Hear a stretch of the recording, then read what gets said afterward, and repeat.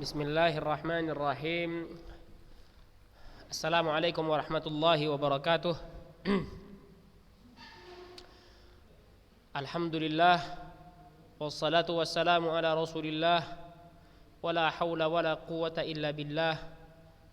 Amma ba'd, hayyakumullah wa hayyakunallah ayyuhat talibat wa hayyuhat tullab. Alhamdulillah, segala puji dan syukur kita berikan hanya untuk Allah Subhanahu wa taala, dikarenakan kehidupan kita tidak terlepas dari nikmat-nikmat Allah serta kasih sayang Allah Subhanahu wa taala. Untuk itu marilah kita gunakan di antara nikmat-nikmat tersebut untuk mempelajari salah satu ilmu yang sangat penting, yaitu ilmu usul fiqh. Tayyib, pembahasan kita sebelum ini adalah pembahasan mengenai tentang bagaimana perkembangan atau munculnya ilmu fikih, mulai dari di masa Rasulullah, yang mana muncul dan berkembangnya ilmu usul fikih itu terbagi beberapa masa. Ada di masa Rasulullah, kemudian di masa sahabat, di masa para atba'ut tabi'in dan atba'ut tabi'in, dan berikutnya sampai di zaman kita sekarang. Ini sudah kita bahas di pertemuan kita sebelum ini. Adapun di pertemuan sekarang kita bahas tentang bagaimana munculnya, berkembangnya ilmu usul fikih. Baik, perhatikan kitab halaman 16. Baik, kita mulai. Bismillah. Rabbana zidna ilman warzuqna fahman. Amma ilmu usulil fiqh. Adapun ilmu usul fiqh, karena kita sudah membahas tentang ilmu fikih, bagaimana perkembangannya sampai dibukukan, sampai di tangan kita di masa sekarang ini, itu sudah kita bahas. Adapun ilmu usul fikih, falam yansha illa fil qarni tsanil hijri, tidak muncul atau belum muncul kecuali di abad kedua hijriyah. Ya, di abad kedua hijriyah ilmu usul fikih. Berbeda dengan fikih, sudah ada di masa Rasulullah sallallahu alaihi wasallam. Silakan diulang pelajarannya.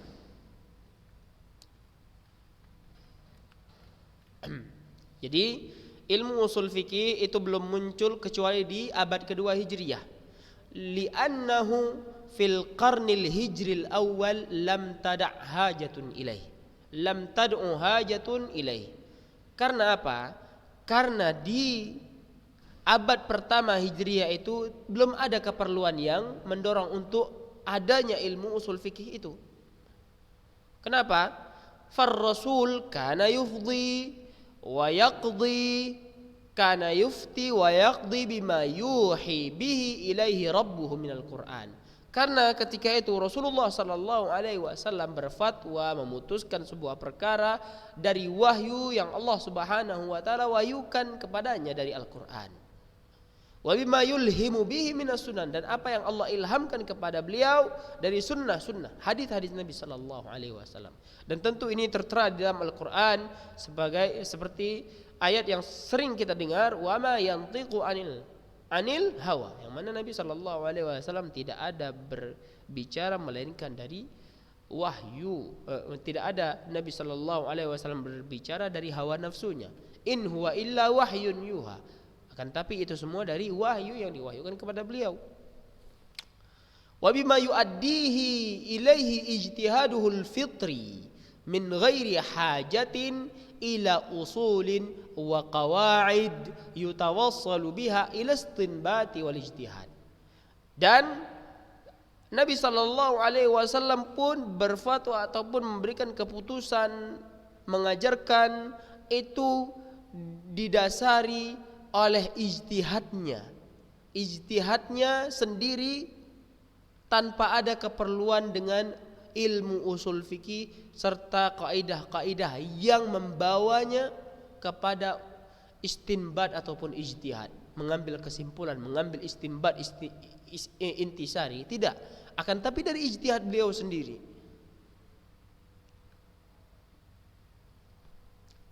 Itu yang ada di abad pertama Hijriah. Tidak perlu adanya ilmu usul fikih karena Rasulullah sallallahu alaihi wasallam ada bersama mereka. Apa yang mereka tidak ketahui akan Allah, Nabi sallallahu alaihi wasallam sampaikan wahyu dari Al-Qur'an ataupun sunnahnya ataupun dari ijtihadnya sendiri. Begitu pula dengan wa ashabuhu kanu yuftuna wa yaqduna bin nususil lati yafhamunaha bimalakatihimul arabiyyati salimah. Begitu pula dengan para sahabatnya. Para sahabatnya juga berfatwa, mereka memutuskan sebuah perkara dengan nas-nas yang telah mereka fahami dari kemampuan bahasa Arab mereka yang masih selamat, masih murni.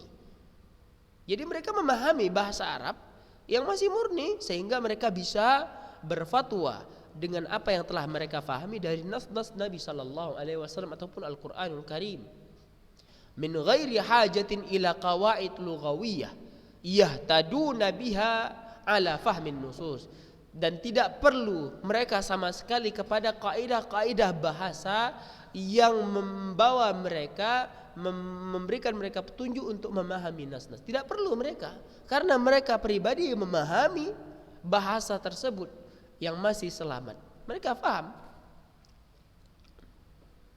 Wa yastanbituna fi ma la nassa fihi bimalakatihim at-tashri'iyyah allati rukkizat fi nufusihim min suhbatihimur rasul.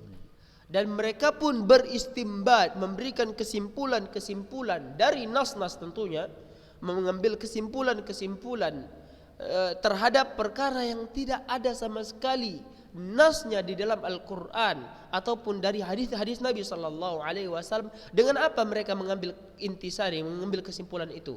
Dengan kemampuan mereka dalam memahami syariat ini, yang mana kemampuan tersebut telah terbentuk di dalam diri mereka dikarenakan persahabatan mereka dengan Rasul, karena mereka di masa persahabatan dengan Rasulullah sallallahu alaihi wasallam. Karena mereka telah belajar langsung dari Rasulullah bagaimana cara mengambil kesimpulan, mengambil sebuah intisari. Begitulah di abad pertama Hijriah, sehingga tidak membutuhkan yang namanya ilmu ushul fikih.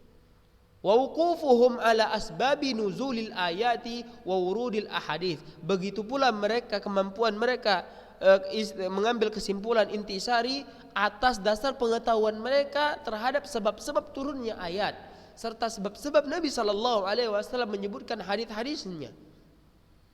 Mereka tahu.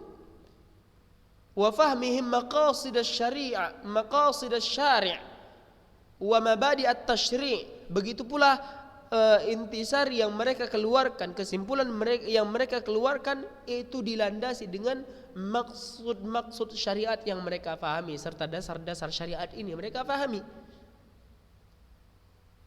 sehingga mereka tidak memerlukan apa yang namanya ilmu usul fikih. Mereka ada di dalam diri mereka itu. Ilmu-ilmu itu ada di dalam diri mereka. Mereka bisa mengambil kesimpulan tersendiri dari ijtihad mereka masing-masing karena perkara-perkara yang sudah kita sampaikan, karena kemampuan mereka bahasa Arab mereka yang masih selamat sehingga tidak memerlukan kaidah-kaidah bahasa, karena mereka sudah berteman dengan Rasulullah sehingga mereka mampu mengambil istimbat, mengambil kesimpulan dari syariat ini yang sudah terbentuk kemampuan tersebut dalam diri mereka karena mereka sekolah langsung dengan Rasulullah sallallahu alaihi wasallam.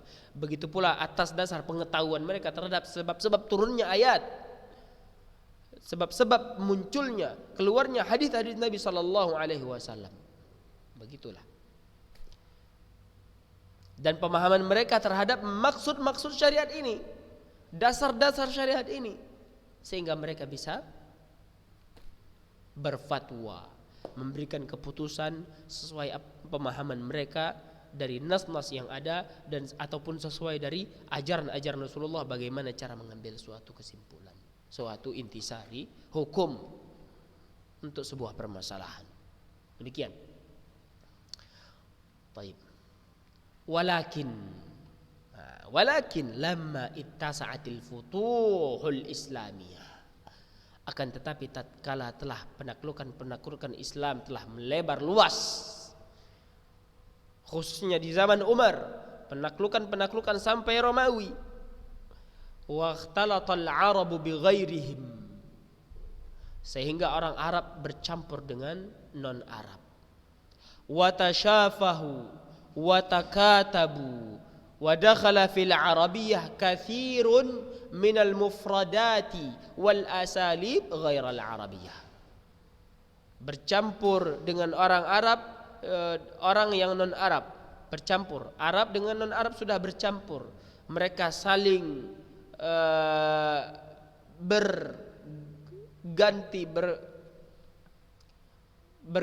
saling bergantian berbicara satu dengan yang lainnya, saling ganti tulis menulis, balas membalas dalam masalah tulisan, sehingga dakhala fil arabiyyah, masuklah di dalam bahasa Arab kosakata yang asing, kosakata non Arab, serta uslub, metode selain Arab. Maksudnya apa? Bahasa Arab sudah tidak lagi murni, tidak lagi selamat dari campuran-campuran.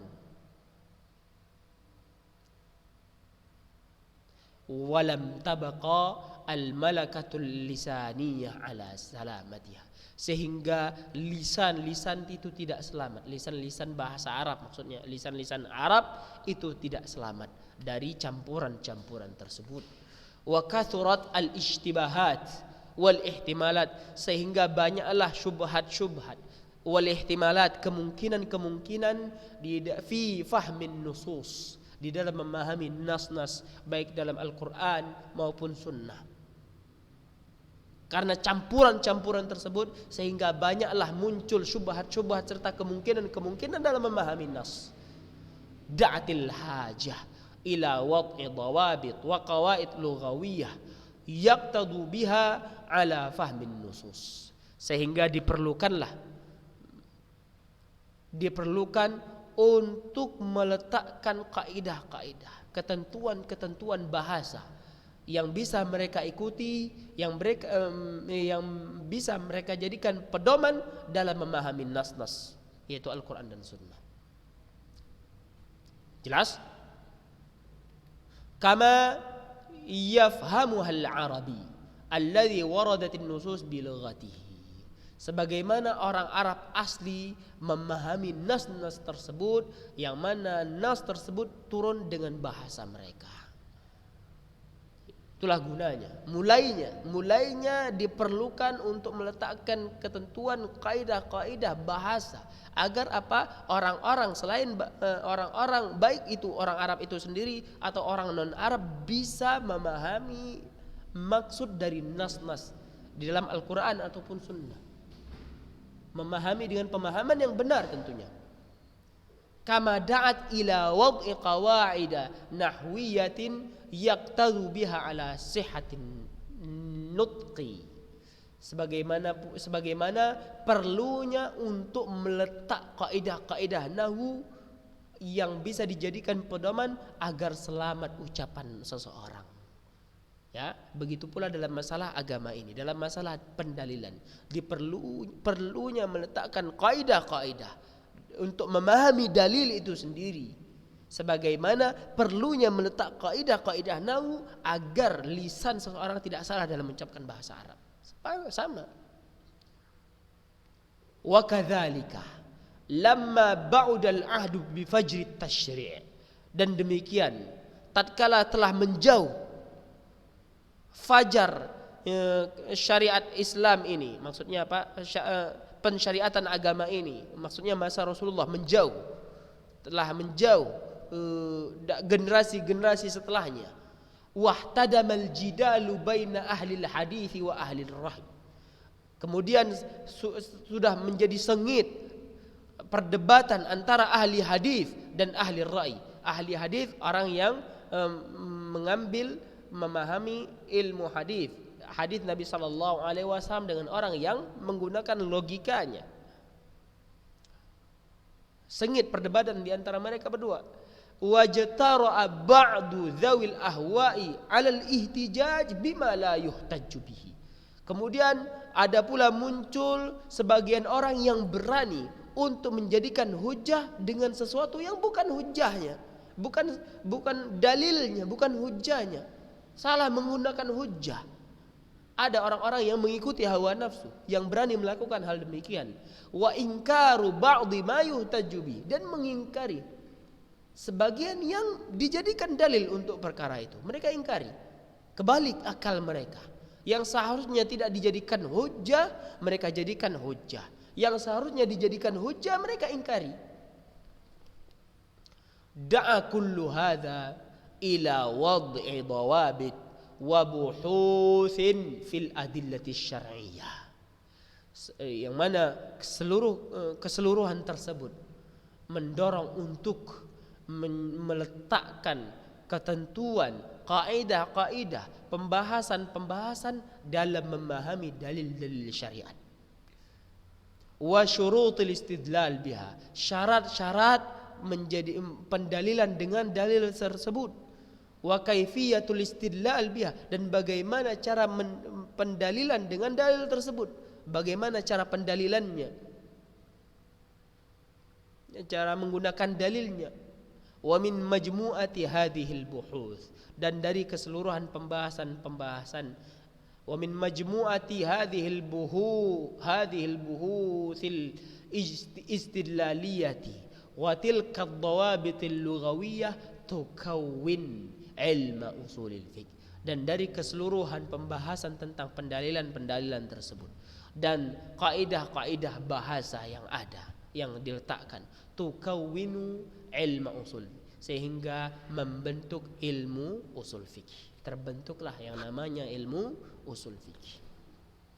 Jelas sangat mendasar sebab adanya ilmu usul fikih.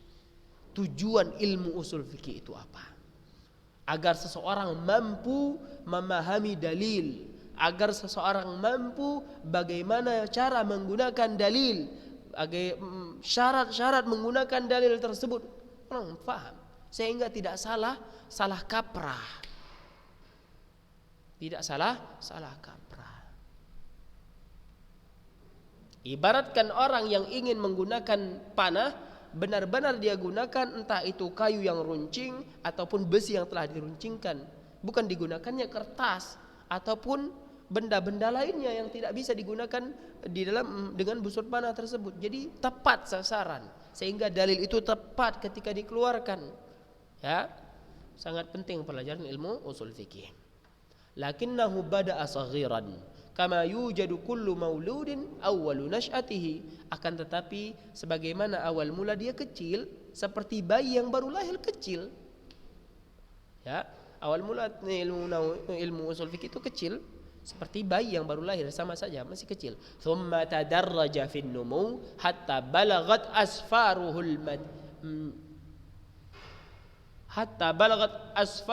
mi'atain.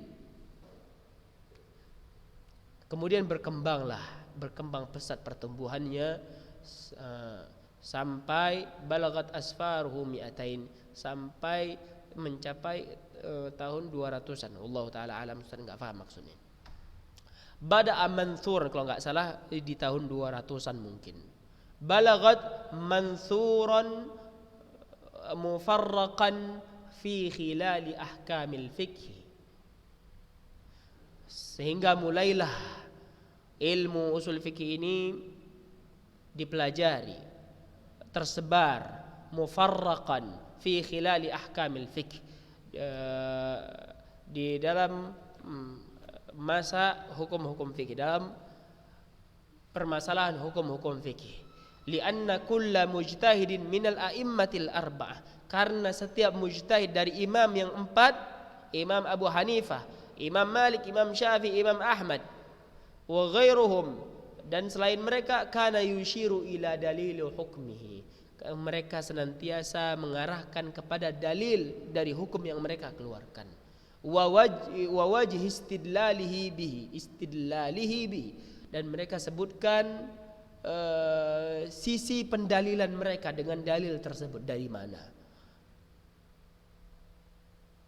Wa kullu mukhalifin, dan setiap lawan, kana yahtajju ala mukhalifihi, mereka berdalil terhadap lawannya biwujuhin minal hujaj. Mereka berdalil dengan lawan debatnya, lawannya dengan berbagai macam dalil-dalil. Tayyib. Wa kullu hadhil istidlalat, dan seluruh bentuk pendalilan-pendalilan ini, wal ihtijaj tantawi ala dawabit usuliyah. Seluruh pendalilan-pendalilan ini, wal ihtijajat sama maknanya, tantawi ala dawabit usuliyah, terbangun di atas kaidah-kaidah usuliyah. Ya, jelas ya? Begitulah dasar-dasar ilmu usul fiqh. Bagaimana munculnya, kenapa sebab munculnya, itu harus dicatat, ditulis, diringkas di buku catatannya. Apa yang sudah Ustadz ucapkan tadi. Dari awal tadi tentang ilmu usul fikih.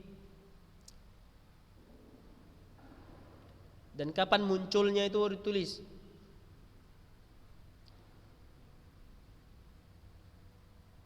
Seperti misalnya ada pertanyaan, kapan munculnya ilmu usul fikih?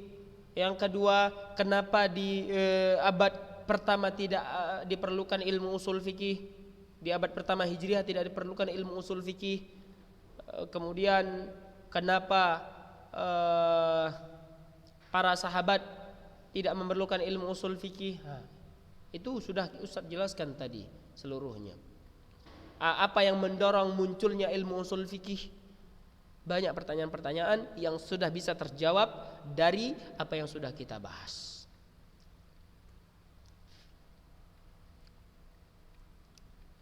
Kita lanjutkan pembahasan sedikit lagi. Wa awwalu man jama'a hadhil mutafarriqat majmu'atan mustaqillah fi safarin ala hidah. Dan orang yang pertama mengumpulkan seluruh bentuk-bentuk yang terpisah satu dengan yang lainnya ini, tentang bagaimana memahami dalil, tentang bagaimana cara pendalilannya, tentang bagaimana menggunakannya sebagai dalil dan lain-lainnya, terpisah-pisah menjadi sebuah ilmu yang tersendiri. Siapa beliau? Al-Imam Abu Yusuf, sahibu Abi Hanifah. Imam Abu Yusuf, sahabatnya Imam Abu Hanifah. Kama dzakara Ibnu Nadim fil Fihrist, walakin lam yasil ilaina ma katabahu. Seperti yang disebutkan oleh Ibnu Nadim di dalam kitabnya yang bernama Al-Fihrist. Akan tetapi ini sekedar ucapan saja, namun apa yang ditulis tidak sampai kepada kita. Namun hanya penyebutan saja. Entah benar entah tidak. Katanya Imam Abu Yusuf, temannya Imam Abu Hanifah, telah mulai menjadikan ini ilmu tersendiri. Akan tetapi tidak ada sampai kepada kita apa yang ia tulis. Allahu a'lam apakah benar atau tidak. Wa awwalu man dawwana min qawaid hadzal ilm wa buhuthihi majmu'atan mustaqillatan murattaban muayyadan kulla dhabitin minha bil burhan wa wijhatan nadhari fih al-Imam Muhammad bin Idris Asy-Syafi'i. Orang yang pertama yang membukukan kaidah-kaidah ilmu ini, pembahasan-pembahasannya tersendiri, menjadikan sebuah ilmu tersendiri yang rapi, yang mana setiap kaidahnya, setiap poinnya itu dikuatkan dengan dalil burhan, wa wijhatun nazar, bagaimana pandangannya, sisi pandangannya terhadap kaidah tersebut dari dalil yang ada. Siapa dia? Al-Imam Muhammad bin Idris Asy-Syafi'i. Imam Muhammad bin Idris Asy-Syafi'i, Imam Syafi'i.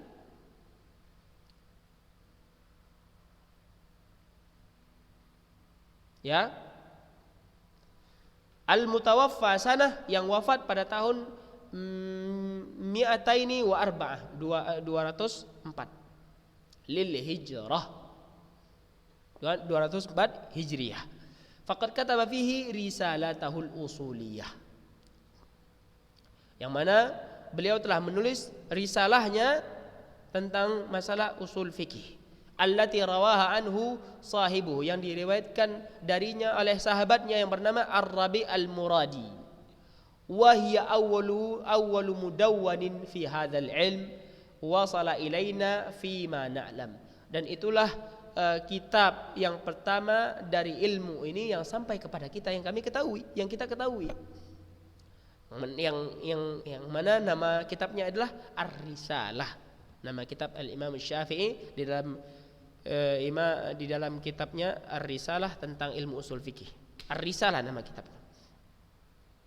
Walihada ishtahara ala alsinatil ulama anna wadi'a usuli ilmi al-fikhi al-Imam Syafi'i. Untuk itu makanya terkenallah di kalangan para ulama bahwasanya yang pertama kali menulis kitab tentang ilmu usul fikih yaitu Imam Asy-Syafi'i. Demikian kisahnya, pembahasan tentang munculnya ilmu usul fikih. Yang pertama kali yang menuliskannya, mengumpulkannya menjadi sebuah ilmu tersendiri itu Imam Asy-Syafi'i rahimahullahu taala rahmatan wasi'ah. Wa tataba'al ulama 'ala at-ta'lif fi hadzal ilmi baina ashabin wa ijaz. Apa nih? Kurang jelas. Ashab baina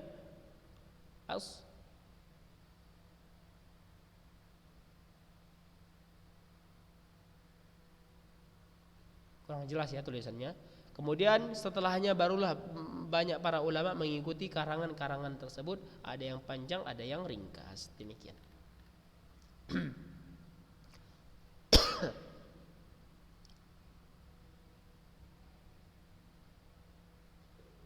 Waqad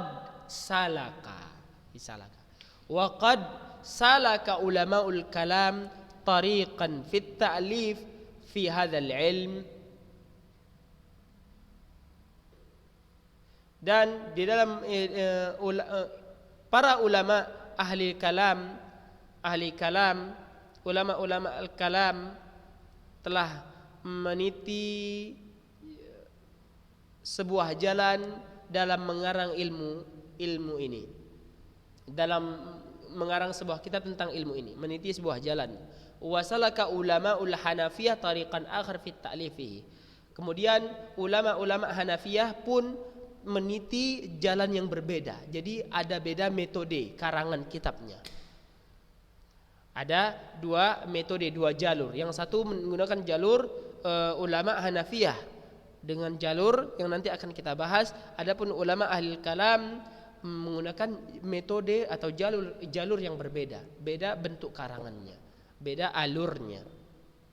Nanti akan kita jelaskan masing-masing tentang perbedaannya ini, bagaimana perbedaannya, ulamaul kalam bagaimana metode jalan yang mereka gunakan dalam mengarang ilmu ini, begitu pula bagaimana jalan yang digunakan oleh ulama Hanafiyah dalam mengarang kitab ilmu usul fikih ini. Akan kita bahas di pertemuan berikut ini. Jazakumullah wa jazakumullahu khairal jaza atas perhatian dan apa yang didengar. Semoga Allah Subhanahu wa taala berikan pemahaman untuk kita semuanya di dalam masalah ilmu usul fikih ini. Ustaz minta agar ilmu usul fikih ini dicoba senantiasa dimurojaah ya. Dimurojaah dari awal yang sudah kita sampaikan, karena kita masih muqaddimah ini. Kita masih muqaddimah, belum benar-benar masuk ke dalam pelajaran ilmu usul fikih itu sendiri. Adapun definisi ilmu usul fikih sudah kita bahas, tapi ilmu usul fikih itu sendiri belum kita bahas. Kita masih membahas tentang bagaimana munculnya ilmu fikih dan bagaimana munculnya ilmu usul fikih, ya, dan sebagainya. Perbedaan antara ilmu usul fikih dengan ilmu fikih itu sudah kita bahas sebelumnya. Masih muqaddimah. Adapun ilmu usul fikih itu sendiri belum kita bahas langsung. Insyaallah pertemuan berikutnya kita membahas tentang perbedaan metode karangan mereka dalam mengarang ilmu usul fikih itu di dalam sebuah kitab. Ada yang menggunakan tariqatul mutakallimin, tariqah ahlul kalam, ada yang menggunakan tariqah ulama al-Hanafiyah. Ada berbeda dalam mengarang kitab ilmu usul fikih ini. Jazakumullah wa jazakumullah khairal jaza. Kita tutup dengan doa kafaratul majlis. Kita tutup dengan doa. Nas'alullah ta'ala an yarzuqana ilman nafi'an wa rizqan tayyiban wa amalan mutaqabbala wa na'udzu billahi min ilmin la yanfa'u min qalbin la yakhsha wa min nafsin la tashba' min da'watin la yustajabu laha. Kita tutup dengan doa kafaratul majlis. Subhanakallahumma wa bihamdika asyhadu an la ilaha illa anta astaghfiruka wa atubu ilaik. Assalamualaikum warahmatullahi wabarakatuh.